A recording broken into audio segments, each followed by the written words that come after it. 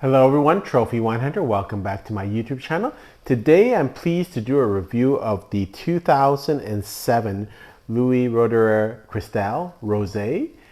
And this was brought to me by one of my regular subscribers who comes into town once in a while and drinks with me. He's so fun to meet my viewers and subscribers.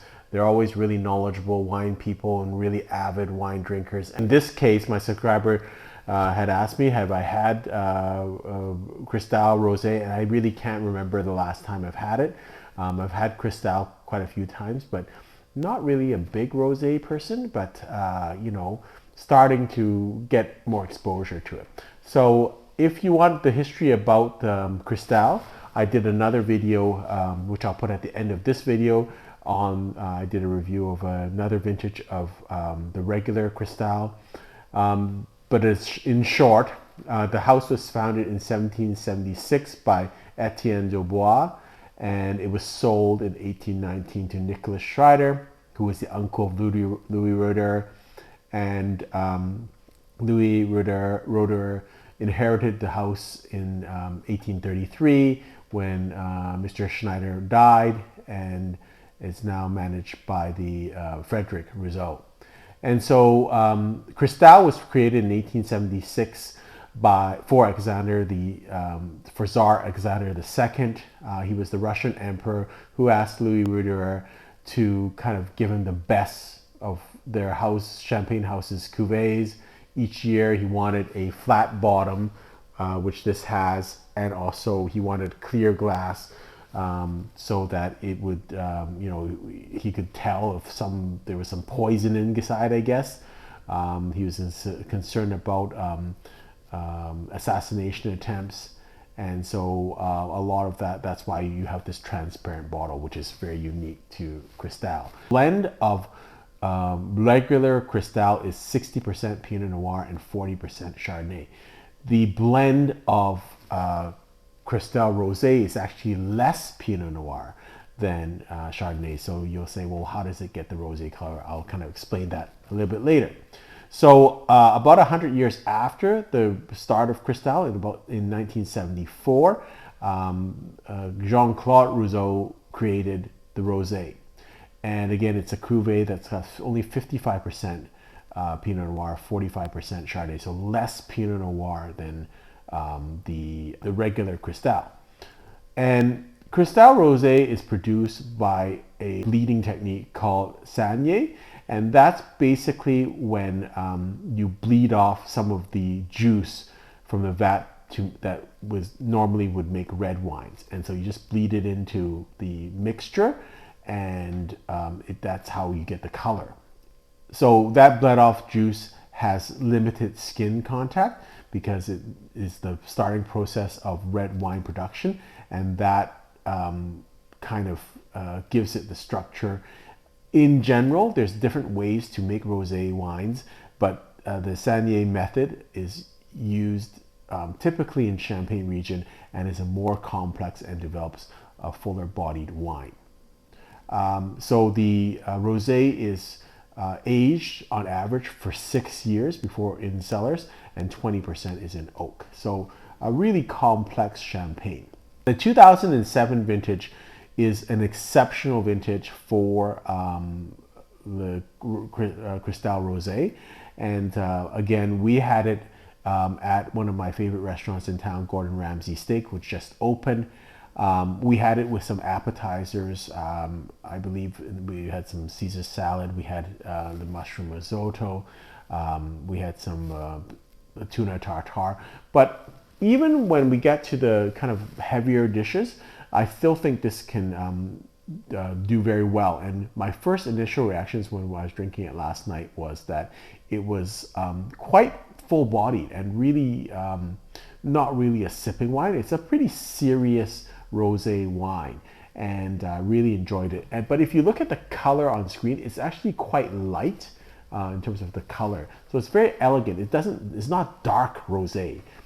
It's almost like an orangey color, but it's not and some people say, well, we look at that and that means there's no intensity. That's not the truth.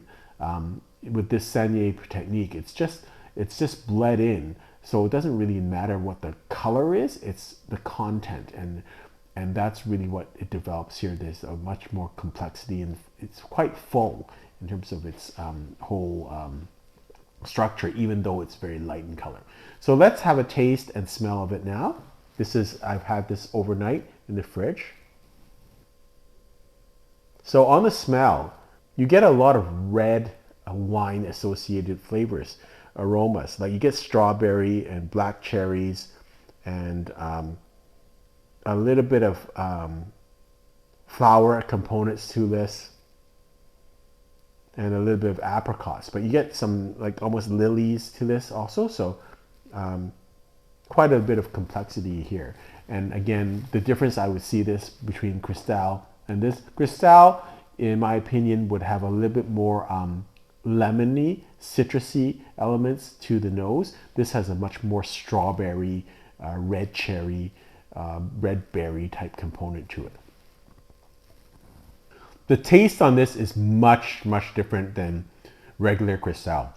Again, a lot of red currant, red berries, cherries, strawberries, plums, and then on really tangy in my opinion.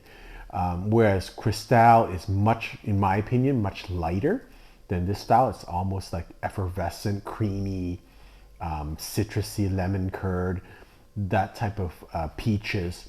It's a totally different experience. This is, to me, a much heavier style of champagne than regular Cristal.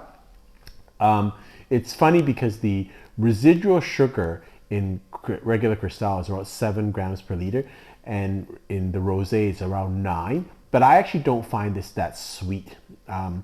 Last night I found it very savory with food. Tonight, just drinking it by itself, I find it a little bit more tangy. But not, I would say it's got a lot of fruit components to it, but on the aftertaste, you've got that little bit of structure. That might be a little bit of the oak influence, but it's got some structure. And now just kind of tasting it and talking about, you get a little bit of a bite at the end. I'm not sure what it is. It's almost like a woodiness to it at the end of the taste. Aftertaste, like almost like a mesquite, like smoky coals or something like that. It's got a lot of fruit on it, good acidity, lots of structure, lots of body, and then the aftertaste is very long, and again got a little bit of a smokiness or a mesquite aftertaste to it. Really great with food. I think it is a food wine, and it can go fairly, we were discussing that at the dinner, probably even with duck, this would go very well. Any type of Chinese food like this Peking duck, I think without the hoisin sauce would be great with this. A lot of fruit, lots of cheeses would go well with this. Really nice wine, and exceptional tasting wine. Probably one of the fullest rosés that I have, and that's kind of the character of Cristal, particularly the rosé. It's a lot of body and a lot of complexity. So I'm going to give this 93 points. It's ready to drink right now. There's no need to wait on this wine. It's got those nice flavors in place, but I do get that nice kind of savory aftertaste. I almost get a little bit of herbs in there, but it's like, yeah, almost a smokiness. Could it age a little bit longer? Probably. It's probably, I don't know if it'll develop more. I haven't had that many aged champagnes. I think because the acidity is good, probably could go another 7 years easily. I think it's got lots of fruit on this, so it'd be interesting to see if it develops more secondary and tertiary flavors as it evolves. But there's lots of fruit on this, lots of body, good acidity, so I can't see why it wouldn't age, and it might actually develop some more interesting flavors as you age it a little bit more. Hope you've enjoyed this video. Until next time, happy drinking.